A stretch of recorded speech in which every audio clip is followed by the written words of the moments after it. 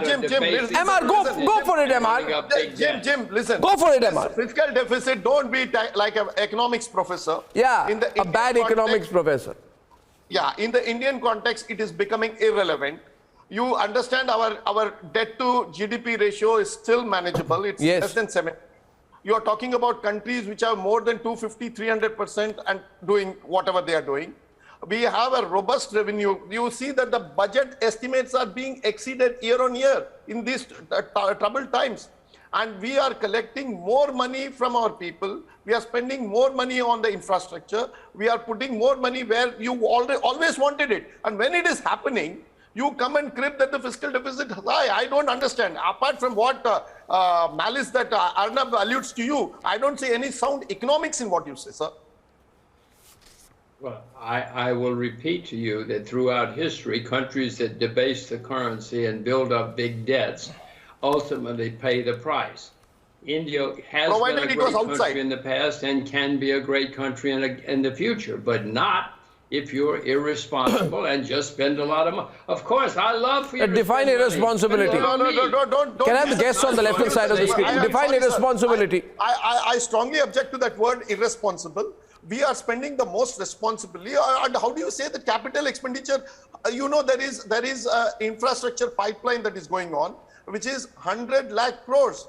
And you tell me what is wrong in spending on that? How does irresponsibility fit into the Indian infrastructure pipeline? Explain to me that. Well, I don't know how old you are, sir, or whether you have children or not, but if you worry about the future, you will not take this approach. You will try to be more restrained and build up your sound economy.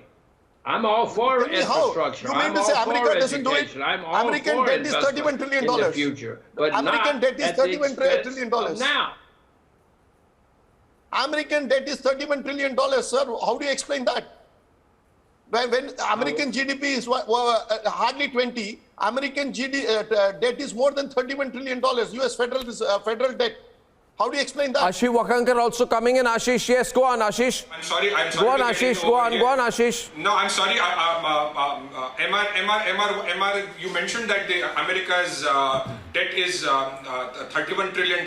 You add to that the unfunded liability that they have, it's another $93 trillion. So you're looking at, so when somebody says this, and with all due respect to you, sir, Dr. Rodgers, with all due respect to you, and I don't really care about, it's not my business to comment on America, but I'll still give two numbers over here. America's total debt to GDP, as a percentage of America's GDP, is around 300%, and America's total debt to the global GDP is around 80-85%. I don't even know how and when, or if at all, they are going to even pay back. But that's none of my concern. Ask him American inflation prices. Ask him the inflation rate in America, Ashish. Ask him the inflation rate in America.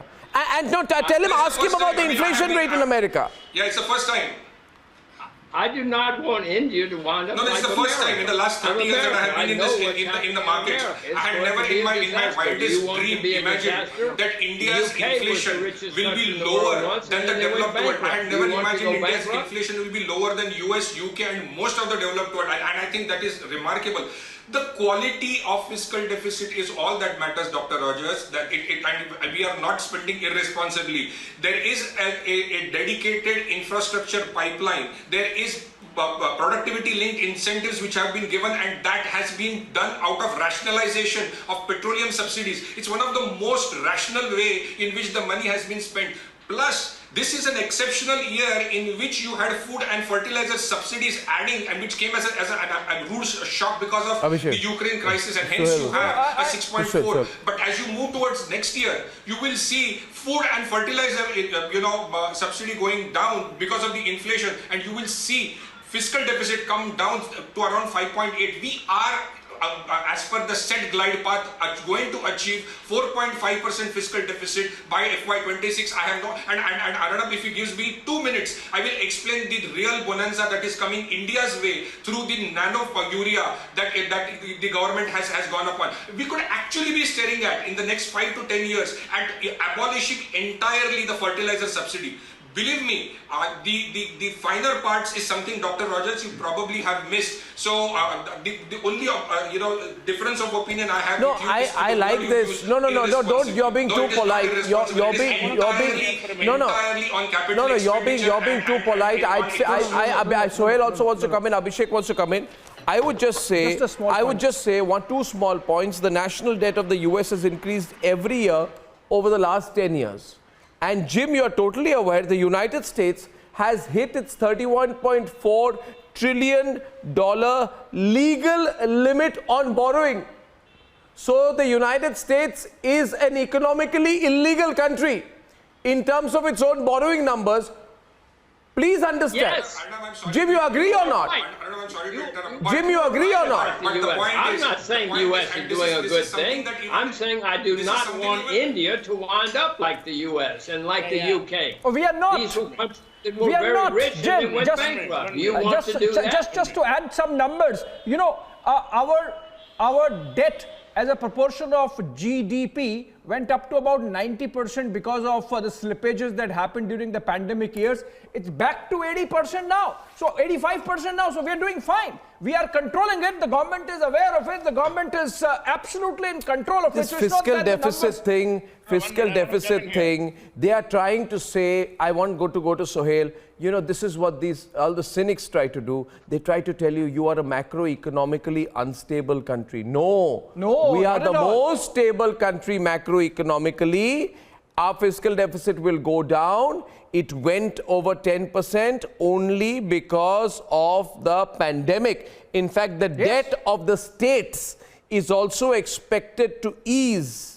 That is according to the Reserve Bank of India. So viewers, if you're watching today, have confidence. Have confidence. Take on people like Jim Rodgers. Destroy their arguments with ease. And over, PK Basu is joining us this morning. And Sohail wants to come in as well. Sohail. Jim, let me tell you three things about India. India is like the bumblebee. Aerodynamically, the bumblebee isn't supposed to fly because of its structure. But you know, the bumblebee doesn't know that it flies happily. We will continue to soar in spite of all your macroeconomic, all your theorizing. Number one. Number two, John Maynard Keynes, who came from your profession, said in the long run, we are all dead. So let's not worry about what will happen 100 years ago. Number three, why are we different? We are different because